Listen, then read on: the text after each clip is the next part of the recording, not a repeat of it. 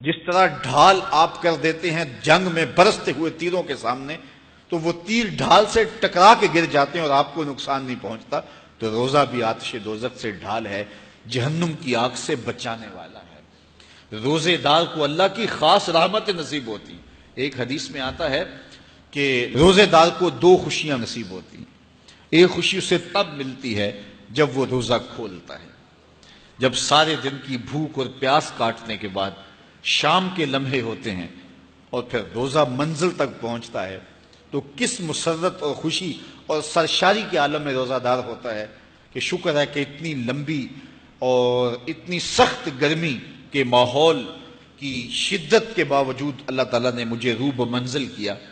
تو اس وقت ایک احساس اس کے ساتھ جڑا ہوتا ہے، اور پھر جب وہ ٹھنڈا اور میٹھا مشروب اپنے کام و دہن میں ٹپکاتا ہے اور وہ ٹھنڈا میٹھا مشروب اس کی رگوں کو تر کرتے ہوئے معدے کی طرف بڑھ رہا ہوتا ہے، اس کی زبان بولے نہ بولے دل اللہ کا شکر ادا کر رہا ہوتا ہے، اس کا ایک ایک عضو بدن رب کا شکرانہ ادا کر رہا ہوتا ہے۔ وہ ٹھنڈا اور میٹھا مشروب رگوں کو تر کرتا ہوا آگے بڑھتا چلا جاتا ہے، لیکن شکرانے کا وہ پیکر بن جاتا ہے۔ وہ ایک مسرت، ایک خوشی کا عالم ہوتا ہے کہ روزہ بھی نب گیا، سارے دن کی تکلیف بھی کٹ گئی، اور اللہ نے مجھے افطار کے لمحوں تک پہنچایا۔ فرمایا روزے دار کو ایک خوشی تب ملتی ہے جب وہ روزہ کھولتا ہے، وَفَرْحَةٌ عِنْدَ لِقَاءِ رَبِّهِ، اور دوسری خوشی روزہ دار کو تب ملے گی جب روزے کے صلے میں اللہ اپنا دیدار عطا فرمائے۔ بنی آدم کے جتنے بھی عمل ہیں 10 سے لے کر 700 گنا تک اس کا ثواب اولاد آدم کو اس کا دیا جاتا ہے۔ جتنا گڑ ڈالو اتنا ہی میٹھا، تو بعض کو 10 گنا، بعض کو 70 گنا، بعض کو 100 گنا، بعض کو 700 گنا، تو 10 سے لے کر 700 گنا تک بندے کے اعمال کا صلہ دیا جاتا ہے۔ لیکن میرے حضور نے فرمایا لیکن روزہ جو ہے اللہ فرماتا ہے وہ میرے لیے ہے اور اس کا اجر میں خود عطا کروں۔ جب وہ خود عطا کرے گا تو کتنا عطا کرے گا؟ سخی اتنا بڑا ہو تو پھر کیا عطا کرے گا؟ بلکہ بعض نے اس کو عجزی بہی کی بجائے عجزہ پڑھا ہے بصیغہ مجہول، کہ روزہ میرے لیے ہے اور اس کی جزا میں خود ہوں۔ باقی اعمال کی جزا جنت ہے، جنت کی نعمتیں ہیں اور بہت کچھ ہے، لیکن روزے کی جزا میں خود ہوں۔ اور جس کو وہ خود مل گیا پھر جنت میں مل گئی، جنت والا جو مل گیا پھر جنت بھی مل گئی، جنت کی نعمتیں بھی مل گئیں۔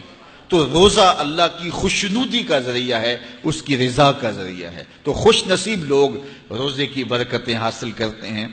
اور ایک روایت میں آتا ہے جب رمضان المبارک کا آغاز ہوتا ہے اللہ اہل ایمان کو، اپنے بندوں کو محبت کی نظر سے دیکھتا ہے، اور اللہ جس کو محبت کی نظر سے دیکھ لے پھر اسے کبھی عذاب نہیں دے گا۔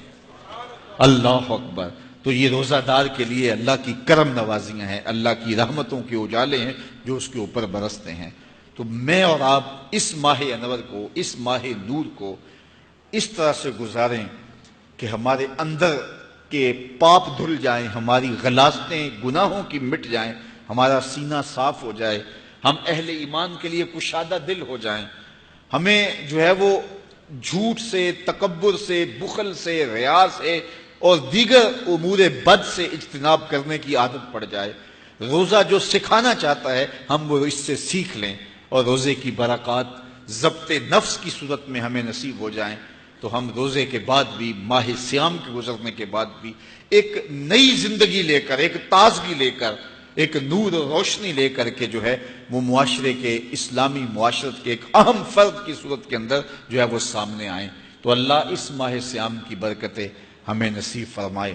ہر سال مہینہ آتا ہے، گزر جاتا ہے، ہم پورا مہینہ بھوک کاٹتے ہیں اور پھر وہاں کے وہاں ہی کھڑے رہتے ہیں، تو پھر ہمیں سوچنا چاہیے، لیکن اگر تبدیلی آتی ہے تو پھر شکریہ ادا کرنا چاہیے۔ آج کی اس تاریخ میں ہم عزم کر کے اٹھیں کہ ہمارا یہ ماہ صیام ہماری زندگی میں ایک سنگ میل